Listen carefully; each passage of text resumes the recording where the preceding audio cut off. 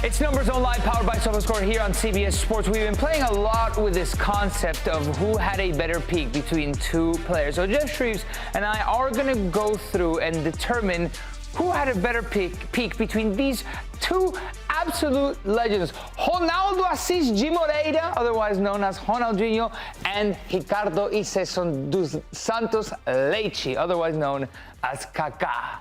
Can I just say, for my debut on this show, this is a complete hospital pass. These are two of the greatest players I've ever had the privilege to watch. They are sensational, and they're also completely different players in what they bring to this game as well. So this was so hard. You're talking about a wizard and somebody who is an absolute control merchant. So let's get into it. Yeah, so we did choose a range of years where we believed each of these players were at their peak. Mind you, each won a Ballon d'Or in this time frame. Games very similar, goals and assists. The nod goes to Ronaldinho, and trophies won very similar. I mean, these at the peak of their powers, they were the best players in the world, Geoff. Yeah, but as we said as well, so different. One is an improviser, an impish entertainer. The other one, for my money, had incredible game intelligence. So completely different, but at the same time, equally impressive. We want you guys to continue being a part of the conversation. Chime in, send in some comments. What are your thoughts? We're splitting hairs here between two Brazilian legends, and any of your guys' comments will be included throughout all of our programming on CBS Sports Golazo. So these are the categories that we decided to choose from between Geoff and I. Technical ability, playmaking, goal threat, big games, international success, X factor. Our decisions go in the first column, and then we're going to review what Sofascore believes. So Geoff, for technical ability, you went Ronaldinho. Yeah, for me, there is no question, because nobody could do the things that he could do, Nico. Yeah. I was there that night at Stamford Bridge when he did the infamous toe poke against Chelsea.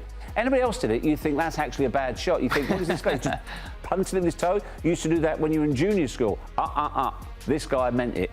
He could create moves, he could invent stuff, and he just made people look stupid with his supremely sharp mind.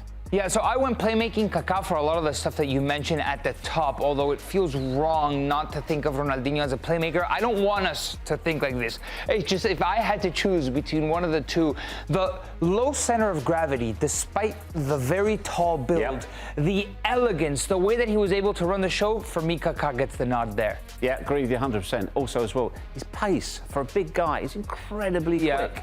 I just, well, no doubt about it for me. So I would disagree with you here on this one for goal threat. I would have thought you would have gone Ronaldinho instead of Kaká.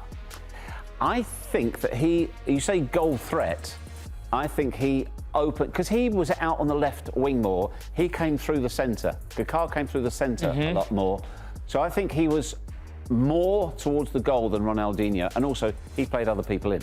All right, let's take a look at some of the stats. Goals per game, 0.45 for clubs and national team in this time, just a little bit over Kaká. They actually both took very similar amount of shots per game. And most goals in a single club season, Ronaldinho a little bit more than Kaká. I think also goal threat, you would also have to consider assists as well, right? Yeah. He's on the providing end of goals. But because Ronaldinho had that forward impetus, sure, started out on the wing, but was able to get to goal very quickly, I would have given the nod to Ronaldinho. All right, let's go back to our categories and take a look and keep on discussing why we gave the edge to a certain player. Big game player, we gave it to Ronaldinho. Yeah, but I mean, when you talk about big games, they both played in. These are World Cup winners. This is almost a ridiculous conversation. Yeah, I think 2002 World Cup for Ronaldinho, how he was able to run the show there. And Geoff, 2005, I was 12 years old, turning 13 that year. 2005, FIFA Confederations Cup final, Brazil against Argentina. These two were the two best players on the pitch. They made Argentina, which was a very good team back then, look like school children. These guys were just in a category of their own. Just these two made Argentina look childish that day. To be honest with you, I think they could have done it to anybody. They were that good. It's true. But because the problem is when you're facing these two, okay, you're looking out for his trickery, but at the same time, you've got to look for his deep runs. And it's not just his deep runs. it's the pace of his runs. He's one of those players, once he gets momentum going, he actually gets quicker. Yeah, funny enough, I think there's a video in World Cup qualifying where Messi tries to catch up to him and he just leaves him in the dust. Messi, a very young Messi, albeit. All right, international success. For me, I would have chosen Ronaldinho, Geoff. This was your category that you got to choose. You went Kaká. Yeah, I know. Now, when you say international success, is that outside Brazil or for the international team? I was slightly confused by the category. He did so well in Italy, but I think he was a Milan team that was just... Sure. I think 2002 for me was the convincing factor for me to go international success. And not only that, he then, if you talk about international trophies, he won Copa Libertadores. Yeah, that's where he has the edge over him. With Atlético Mineiro, one of the few, if not the first, to win Champions League first and then Copa Libertadores. South American players usually do it the other way around. Here are your national team stats with Brazil's goals and stats: 13+9 versus 11+6, goals and assists in major tournaments, and the best result in a major tournament. Well, Ronaldinho won Confederations Cup. This is, I guess, excluding World Cup, because apart from the World Cup, I was looking at that. Both of these won 02 World Cup. Obviously, Ronaldinho had it's outside the period we were talking about because it was 02. Oh, duh! It was outside of the period that we were talking about because it was 02, right? 2003, 2005. They, crazy enough, they did play a World Cup together. 2006. That was probably one of the most scary-looking Brazil squads, star-studded from front to back, and they only made that quarterfinal where they did end up losing to France. Zinedine Zidane to Thierry Henry. And X Factor, I think we agree here because just how different. I mean, he embodies the term X Factor, Ronaldinho. He's roasted more people than Gordon Ramsay. he has cooked more people. He has ruined more families. He has absolutely destroyed with his individual skill. There are players, top-class players left looking foolish in his wake. I honestly don't think that Ronaldinho gets the credit that he deserves for being one of the greatest players of all time. And I'm genuinely serious about it. We talk about Messi, we talk about Pelé, we talk about Ronaldo. This guy should be in the conversation for me. So before we look at Sofascore and how they ran their numbers via the computer, I do want to mention something along those lines, which is something that I've discussed with my friends.